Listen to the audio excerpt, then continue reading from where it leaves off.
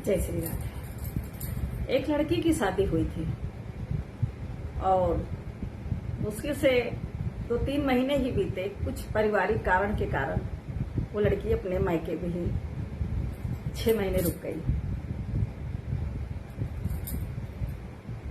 उसकी एक बड़ी भाभी थी, वो बात बात पर उसको ताने मारने लगी। भाभी ताने मारे तो ठीक है, भाभी का भाई बोला ये तो मेरी बहन है जो बर्दाश्त कर रही है, दूसरा कोई होता तो घर से बाहर निकाल देता। जब लड़की को इस चीज को पता लगता है तो वो सोचती है कि मैं खुशी से तो यहां हूं नहीं, और भाभी को या भाभी के घर वालों को क्यों बुरा लग रहा है। अभी तो मैं अपने माँ बाप का ही खा रही हूं, मेरे माँ बाप जिंदा बैठे हैं, तो इनको इतनी तकलीफ क्यों हो रही है। सोचने वाली बात है। हर लड़की चाहती है कि शादी के बाद वो अपने ससुराल में खुशी से अच्छे से अपने परिवार के साथ रहे। जो आजाद ख्याल की लड़कियां होती हैं वो मायके में रहना पसंद करती हैं, क्योंकि मायके की आजादी ससुराल में नहीं मिलती है, तो वैसी लड़कियां मायके में रहना पसंद करती हैं। लेकिन जो पारिवारिक संस्कारी लड़कियां हैं वो अपने ससुराल में अपने घर में ही रहना पसंद करती हैं, क्योंकि उन्हें पता है कि माँ बाप को तो बुरा नहीं लगेगा मेरे रहने से, लेकिन हो सकता है भाभी लोगों को बुरा लग जाए। भाभी को भी छोड़िए, पड़ोसियों को बुरा लग जाता है।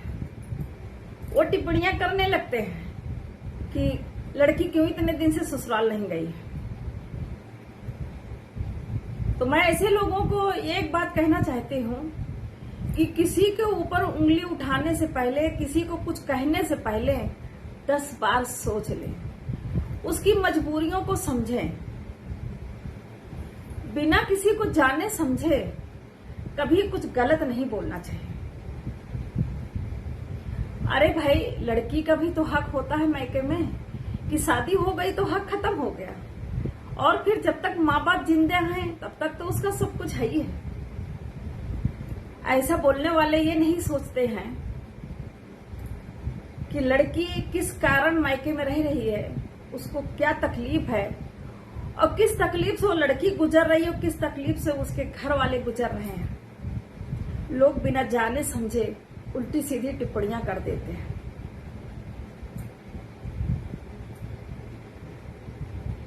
मैं ऐसे बहुत लड़कियों को जानती हूं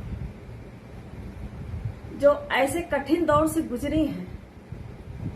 वो मायके में नहीं रहना चाहती हैं, लेकिन मजबूरी में उनको रहना पड़ता है।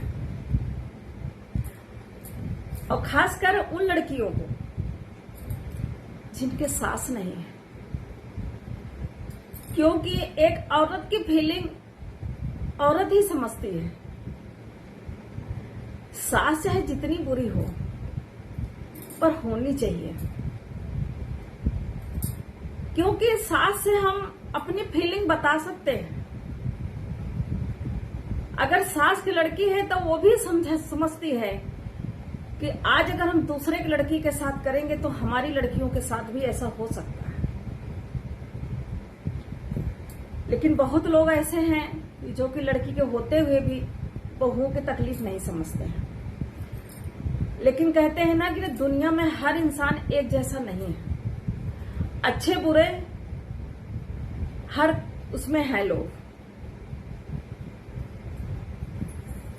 तो सास का होना तो बहुत जरूरी है। हम उससे शिकायत भी कर सकते हैं, उससे अपने दिल की बात भी कह सकते हैं, सुनेगी। अगर उसके निवारण करने लायक होगा तो निवारण भी करेगी।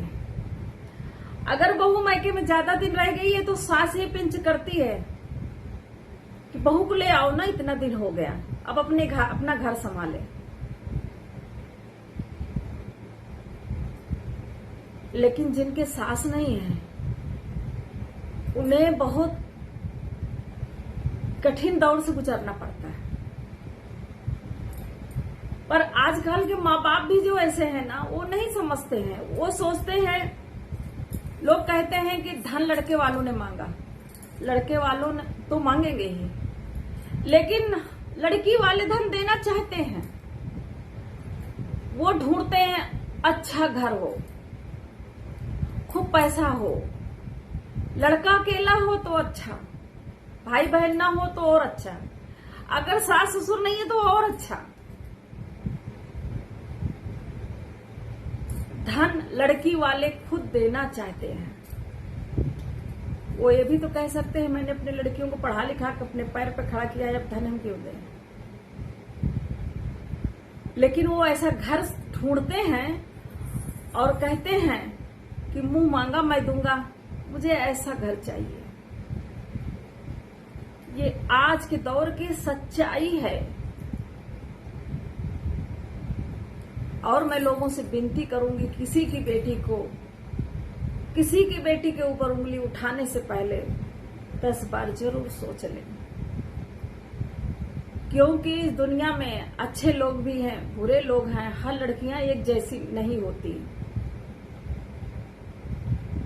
अगर मेरी बात आप लोगों को अच्छी लगी हो तो लाइक फॉलो शेयर जरूर करिएगा। और ये मत कहिएगा, बहुत लोग कह देते हैं क्या आपके यहाँ ऐसा हुआ है क्या। नहीं भाई, मेरे यहाँ ऐसा नहीं हुआ है। मेरी भी लड़की की सास नहीं है। कुछ तकलीफें मेरी बेटी को भी मिली हैं, क्योंकि जब उसको बच्चा आया पेट में, जब बच्चा हुआ, बच्चा बड़े होने तक मुझे अपने बच्ची को अपने पास रखना पड़ा, क्योंकि उसके देखने वाला कोई नहीं था, क्योंकि सबसे बड़ी मेरी बेटी ही थी। तो इस पोजीशन पे मायके में रहना वाजिब है। और देखेगी, बहुत जगह ऐसे है कि ससुराल में सब कुछ रहते हुए भी बेटियों को मायके में रहना पड़ता है। तो मेरे साथ ऐसा कुछ भी नहीं है, लेकिन मैं देखती हूँ आसपास बहुत ऐसी चीजें हैं जो देखती हूँ तो आप लोगों से शेयर करती हूँ। अगर मेरी बात आप लोगों को अच्छी लगी हो तो कमेंट बॉक्स में यस जरूर लिखिए। जय श्री राधे।